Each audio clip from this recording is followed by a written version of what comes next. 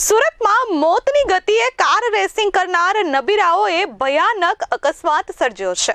150 કિલોમીટરની પ્રતિ કલાકની ઝડપથી અકસ્માત સર્જનાર નબીરાઓની પોલીસે ધરપકડ કરી છે। દારૂના નશામાં બેફામ કાર ડ્રાઇવિંગ અને કાર રેસિંગના વિડીયો સુરતમાંથી સામે આવ્યા છે। નવા વર્ષની ઉજવણીના ઉત્સાહ વચ્ચે સુરતના પોશ ગણાતા વેસુ વીઆઈપી રોડ પર નબીરાઓની જોખમી રેસિંગે નિર્દોષ લોકોના જીવ જોખમમાં મૂક્યા હતા। મોંઘીદાટ લક્ઝરી કાર લઈને નીકળેલા બે નબીરાએ પૂરપાટ ઝડપે રેસ લગાવતા એક ભયાનક અકસ્માત સર્જાયો હતો। આ અકસ્માત એટલો જોરદાર હતો કે તેમાં સામેલ ત્રણેય કારનો કચ્ચર ઘાણ નીકળી ગયો હતો અને મ્યુનિસિપલ કોર્પોરેશનના 3 જેટલા લાઇટ પોલ જળમૂળથી ઉખડી ગયા હતા। વેસુ પોલીસે આ મામલે એક કાપડ વેપારી નબીરાની ધરપકડ કરી છે, જ્યારે અન્ય એક ચાલક ફરાર થઈ ગયો છે। 1 જાન્યુઆરી 2026ની રાત્રે 150 કિલોમીટરથી વધુની ઝડપે મહેન્દ્રાની ઇલેક્ટ્રિક BE6 કાર હંકારી રહેલા કાપડ વેપારી મંથન પટેલ અને BMW ચલાવી રહેલા ઝલક નામના યુવાને નિર્દોષ પરિવારની સ્વિફ્ટ કારનો કચ્ચર ઘાણ કાઢી નાખ્યો હતો। આ રેસિંગ દરમિયાન BMW કારમાં ઝલકની બાજુમાં ઋષિ નામનો યુવક પણ સવાર હતો। પૂરપાટ ઝડપે આવતી કારોએ એશા જૈન નામની મહિલા ચાલકની ગાડીને પાછળથી ટક્કર મારતા તેમને ઈજાઓ પહોંચી હતી અને તેઓ હોસ્પિટલમાં સારવાર હેઠળ છે।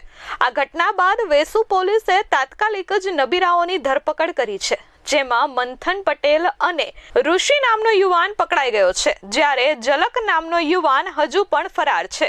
મંથન પટેલે સ્વીકાર્યું હતું કે પોતે ડ્રિંક કરી અને આ કાર રેસ કરી રહ્યા હતા અને તેના કારણે આ અકસ્માત સર્જાયો છે। એક સીસીટીવી ફૂટેજ સામે આવ્યા છે, જેમાં કારની ઝડપ જોઈ શકાય છે, જ્યારે બીજી બાજુ વેસુ પોલીસે ઘટનાની ગંભીરતાને લઈ તાત્કાલિક જ આરોપીઓની ધરપકડ કરી છે અને કાયદેસરની કાર્યવાહી હાથ ધરી છે। જો કે આ નબીરાઓના કારણે એક માસૂમ પરિવારનો ભોગ લેવાયો છે।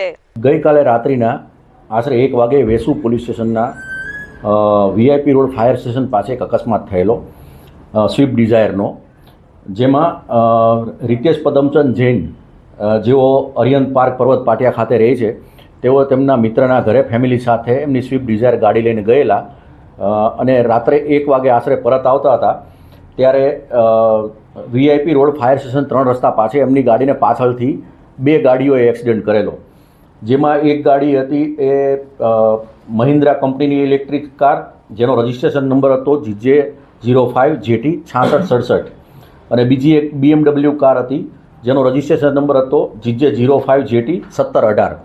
આ બંને ગાડીઓ વડે એક્સિડન્ટ થયેલાનું જણાવતા હોય તેમની ફરિયાદ લેવામાં આવેલી છે અને એમાં જે આ રિતેશભાઈ છે, એમના વાઇફ છે યશાબેન, એમને મૂંઢમાર વાગેલો છે અને એમના બાળકને ઈજા થઈ નથી। ફરિયાદ દાખલ થઈ ગઈ છે અને ઇન્વેસ્ટિગેશન અમારું ચાલુ છે। દરમિયાન જે આ 6C ઇલેક્ટ્રિક ગાડી હતી એનો ચાલક હતો મંથન